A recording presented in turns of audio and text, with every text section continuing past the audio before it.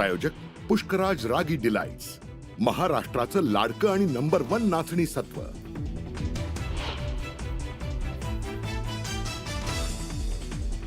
आजच्याच दिवशी 3 वर्षांपूर्वी मॅरेथॉन योग केला। या योगानं राज्याचं भवितव्य बदललं। शिंदेंच्या यशस्वी उठावाला 3 वर्ष पूर्ण।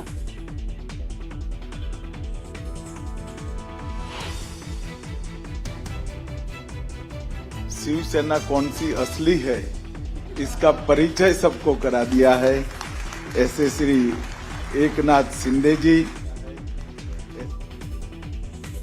खरी शिवसेना एकनाथ शिंदेंचीच। मुंबईतील कार्यक्रमातून अमित शहांचं उद्धव ठाकरेंवर शरसंधान।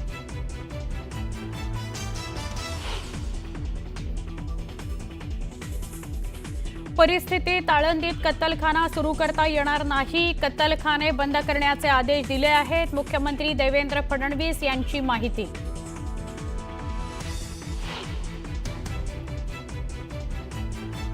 बीएमसीकडून शाहरुख खानच्या मन्नत बंगल्याची चेकिंग। बंगल्याच्या नूतनीकरणाच्या कामात सीआरझेडच्या नियमांचं उल्लंघन केल्याच्या तक्रारीवरून चेकिंग सुरू।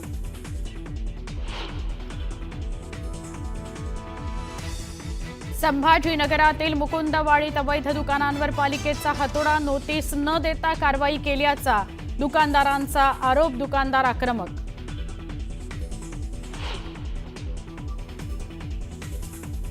विशाखापट्टणममध्ये पंतप्रधान मोदींचा तब्बल 5 लाख लोकांसोबत योगाभ्यास। पंतप्रधानांनी योग दिनानिमित्त दिल्या देशवासियांना शुभेच्छा। आंतरराष्ट्रीय योग दिनानिमित्त मुख्यमंत्री देवेंद्र फडणवीसांचा योगाभ्यास। फडणवीसांचा पुण्यामध्ये वारकऱ्यांसोबत योग। पुणे विद्यापीठात विशेष कार्यक्रमाचं आयोजन।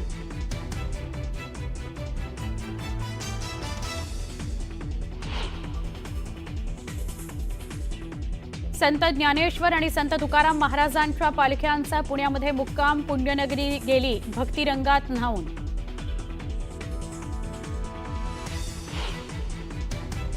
इस्रायलचा इराणच्या अणुऊर्जा केंद्रावर जोरदार हल्ला। इराणनं केलेल्या हल्ल्यात ड्रोन ब्रिगेडचा कमांडर ठार, तर इराणचाही इस्रायलवर पलटवार।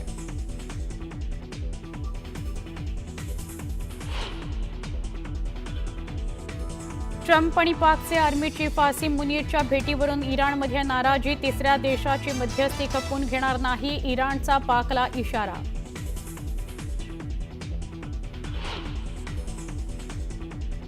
इराण इस्रायल युद्धाच्या पार्श्वभूमीवर तुर्कीमध्ये इस्लामिक देशांच्या संस्थेची महत्त्वाची बैठक। इराणचे परराष्ट्र मंत्री बैठकीला लावणार हजेरी।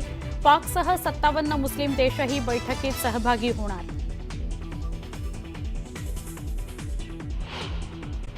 उद्धव ठाकरे आणि एकनाथ शिंदेंमध्ये आरोप प्रत्यारोपांच्या फैरी सुरूच आहेत। शिवसेनेच्या वर्धापन दिनाच्या दिवशी उद्धव ठाकरे आणि एकनाथ शिंदेंमध्ये चांगलीच जुंपली होती।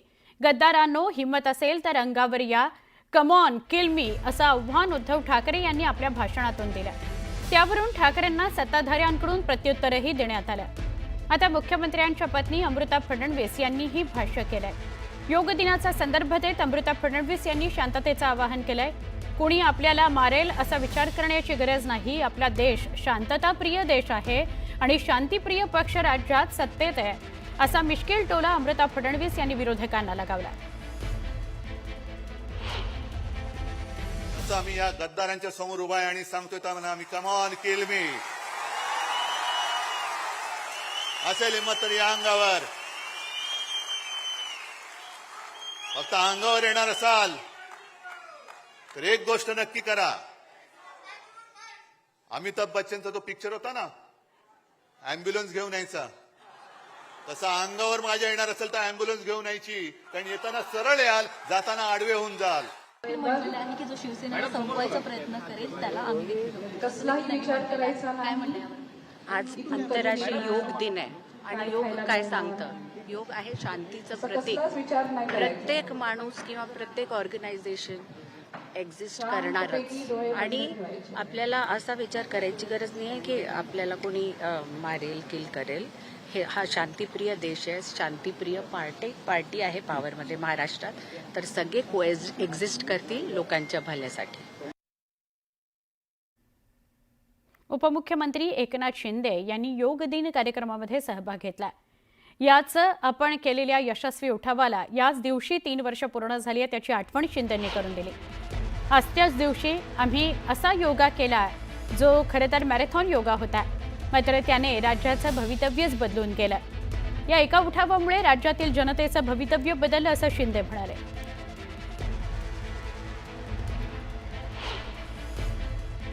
ये योगा उस दिन मैंने भी किया था और वो मैराथन योगा था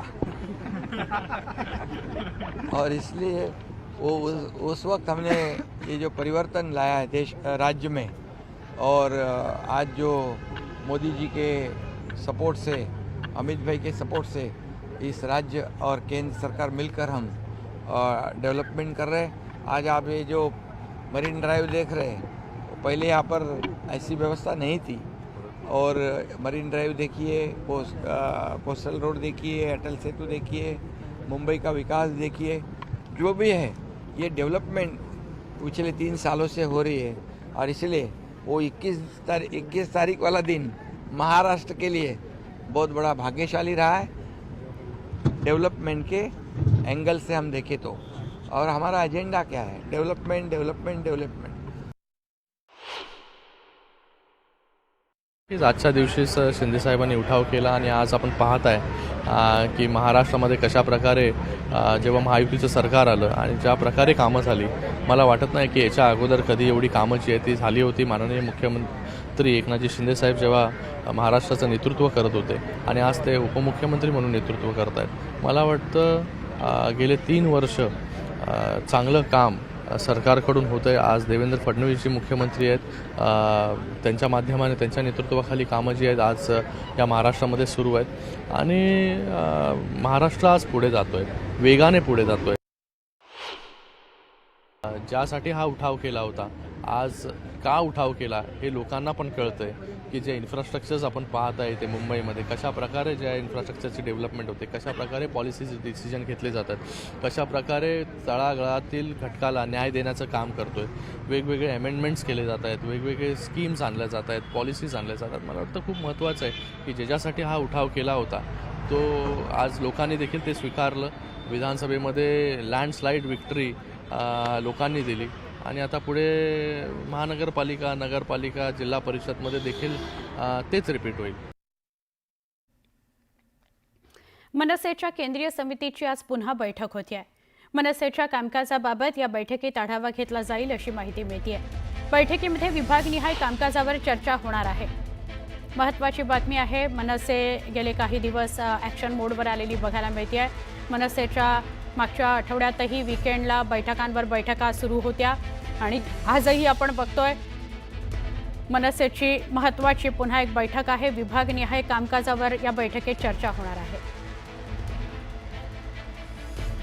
बारामती तालुक्यातील माळेगाव सहकारी साखर कारखान्याच्या निवडणुकीकरता उद्या मतदान होत आहे. स्वतः उपमुख्यमंत्री अजित पवार यांनी निवडणुकीत सहभाग घेतल्यामुळे संपूर्ण राज्याचं निवडणुकीकडे लक्ष लागलंय.